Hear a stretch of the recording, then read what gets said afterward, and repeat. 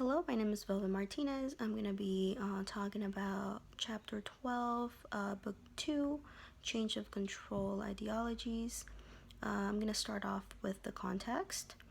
The idea of social control has been around since the time of Aristotle.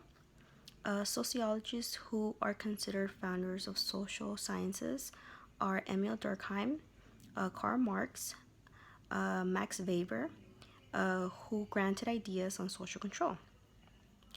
These sociologists studied authority, power, and order in society. Although Marx, Weber, and Durkheim were considered founders, it was Edward Ross who first elaborated social control as a formal sociologist concept.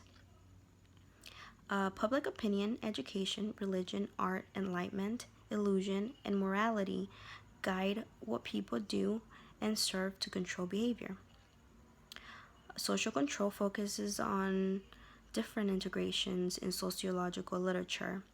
Macro sociological perspective focuses on formal systems such as law, criminal justice system, and powerful social groups.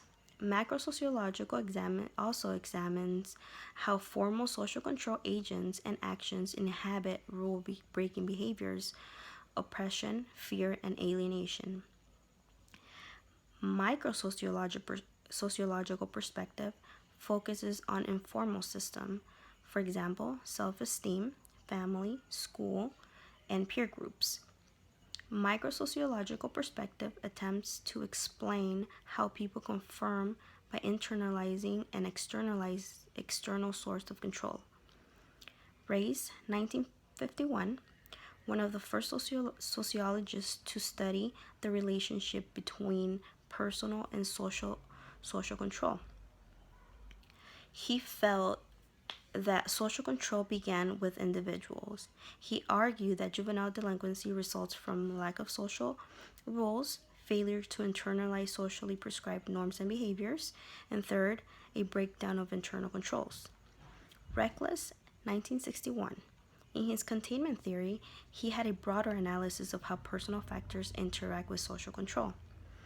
According to him, for every individual exists a containment external structure and perspective internal structure, which provides defense, protection, and insulation against deviant behaviors. Also, outer containments are social rules that guide daily activities as a set of reasonable limits, an opportunity for status attainment, association with a group, a sense of belonging, and alternative ways of satisfaction. Deviance occurs when inner containment fails to control internal pushes, such as need for immediate gratification, restlessness, and hostility. When outer containment fails to deal with external pulls, such as poverty, unemployment, and blocked of opportunities, or most likely when both internal and external controls remain ineffective in addressing pressure from within and without.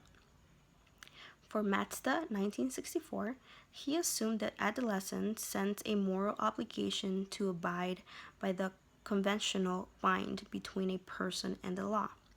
Mazda believed that adolescents drift into a delinquency not because of an involuntary failure, but rather because of voluntary development of defense mechanisms that release them from the constraints of convention.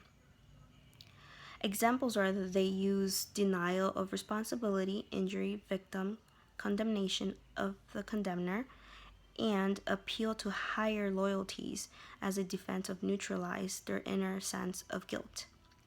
Hiroshi, 1969, he focused on individual motivations to commit delinquent acts to individual determinations to conform to social norms. Hiroshi had 4 social bonds to explain why people adhere to rules, which are attachment, containment, involvement, and belief.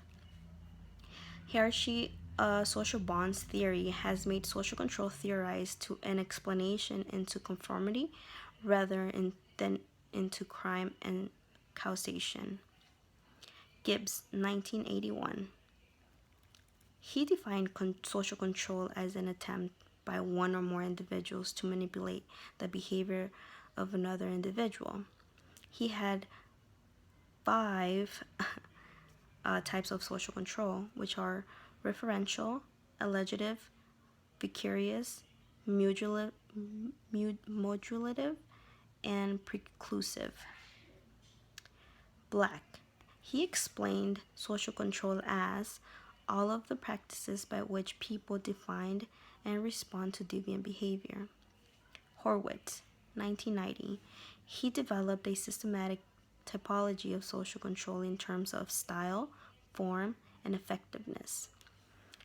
And lastly, Shaw, 1996 and 2002. He viewed social control as any mechanism or practice for securing individual compliance, maintaining collective orders, and normative consistency. He analyzed the Chinese work unit as an agent of social control. He explored the West versus the Third World, formal versus informal, social versus organizational, regulative versus suggestive, and external versus internal dimensions of social control. He also examines control with regards to source, dimension, degree, substitution, and restoration. Thank you.